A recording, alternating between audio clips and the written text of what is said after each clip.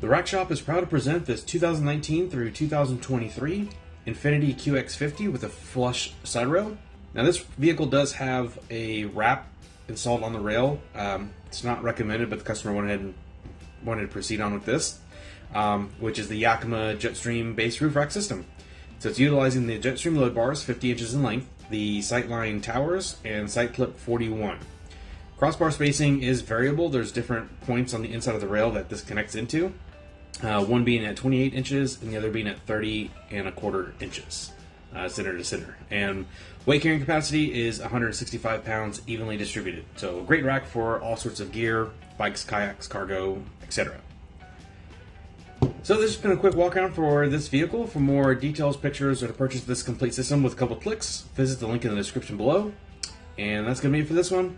But like always, thanks for watching.